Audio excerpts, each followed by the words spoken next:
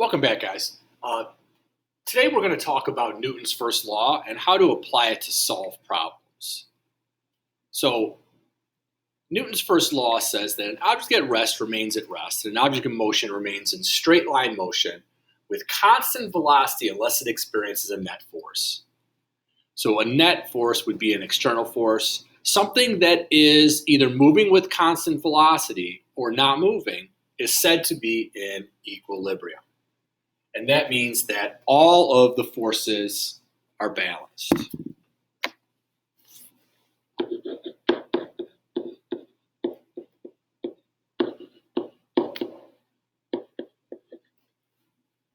If you remember when I showed you guys, if you dropped something and shot something sideways, how the time of flight was exactly the same.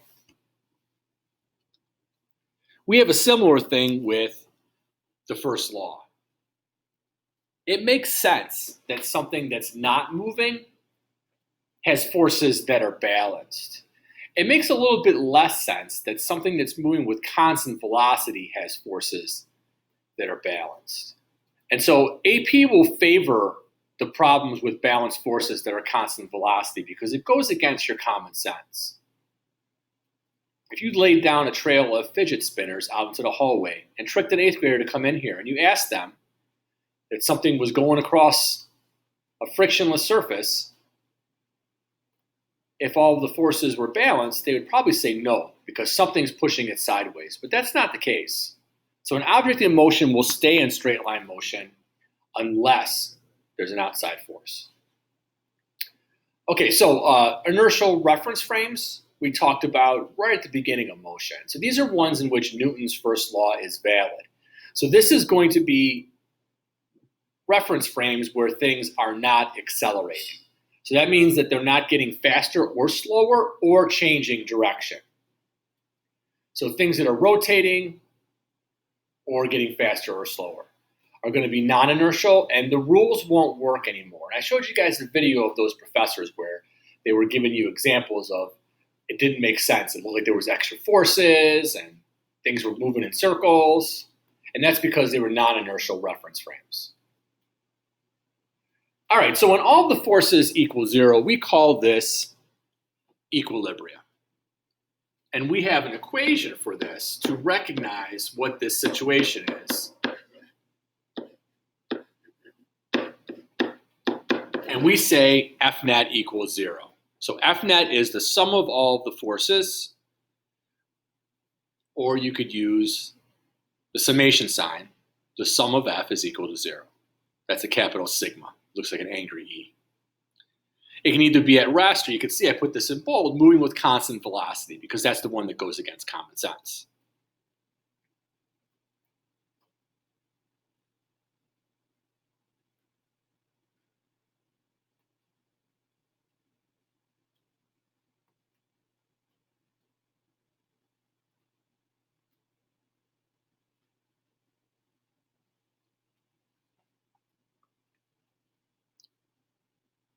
All right, the force of friction is a force that acts parallel to two surfaces. You have to have two surfaces to have friction. If an object moves, the friction force opposes the direction of motion. A force that always goes in the opposite direction of motion is known as a retarding force in physics. So sometimes gravity can be a retarding force, and friction is almost always a retarding force. So it's always going against the motion or the proposed motion. All right, so I'm going to ask you a question. Have you ever seen The World's Strongest Man? My favorite event in The World's Strongest Man was when they used to bend metal bars on their heads. They would give these giant men metal bars. They would have to bend them over their heads. They'd give them a towel to brace themselves. And if they were successful bending the metal bar over their head, they'd give them a bigger one. And then the winner was whoever could bend the biggest metal bar over his head. That doesn't have anything to do with friction. But another event does. So in all of these, they pretty much keep the events relatively the same, but they change the objects that they're working with. So the one that relates to it is, and this could be sometimes it's a boat or a train or a plane or a bus. they have these giant men strapped into a harness, and they usually put a ladder on the ground so they have something to grab onto, and they have to pull this train, plane, bus a certain amount of distance, and whoever does it in the fastest amount of time is the winner. My question to you is, when is it hardest, most difficult for the world's strongest men to get it to move? Right at the beginning, in the middle, towards the end.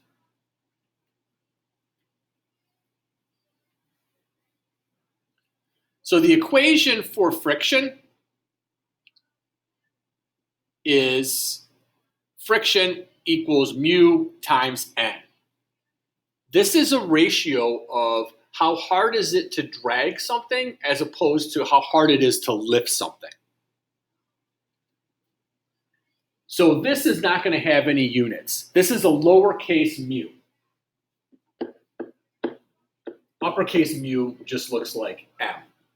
If you go out in the hall, when you come into class and you look at them, there's a mural out there of all sorts of physics things. And there is a bunch of cows out there, and they have the little word burbs coming out, bubbles coming out of their mouths. And in those bubbles, it says mu, mu, mu. That's a physics joke. So this coefficient of friction will be dependent on what the surfaces are.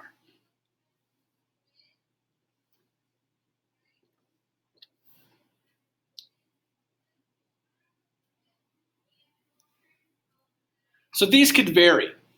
Things that are slippery will have very low coefficients of friction, like your joints are 0.001. A typical one could be wood on wood. That would be 0.4. So if you had a 10 Newton block to lift it, it would only take 4 Newtons to pull it across another piece of wood. Some things are designed so that they have high coefficients of friction. So if we're talking about tires, tires are meant not to slip. So it's just as hard to pull a tire sideways as it is to lift it. And these numbers can get really high when you have metal on metal, and certain things can go 4 or 5. A common one that we see all the time is people slipping on banana peels. Well, it turns out they are very slippery. So a banana on linoleum is 0.066, hardwood 0.083, and they are close to substances like ice and Teflon. All right, so back to the question I asked you. Did you say that it was easier to get it moving, to keep it moving, or at the end? Well, it turns out that as you're pushing on something and you want to get it to try to slip, I push on something and friction pushes back on me. And the more I push, the more friction pushes back. Well, there's a moment here where it's going to break free. As soon as it starts moving, it's going to go down. Once it's moving, it's easier to keep it moving. And this represents the keep it moving. You can see now that it's moving, that surface is going to vary. That's not a straight line. It's jagged. Because even if it's a consistent, what the surface is, microscopically, there's little differences in there that make this difference. So this represents static friction. Static, like stationary. So this is not moving. Kinetic friction is moving. So our formulas. Friction is less than or equal to mu of s times n. So if it's not moving, friction might be anything less than this value. It is only equal to this value right here. If it's moving, friction is equal to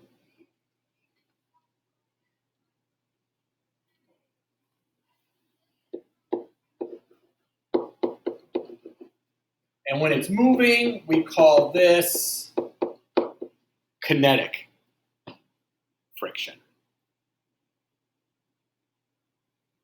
Mu of S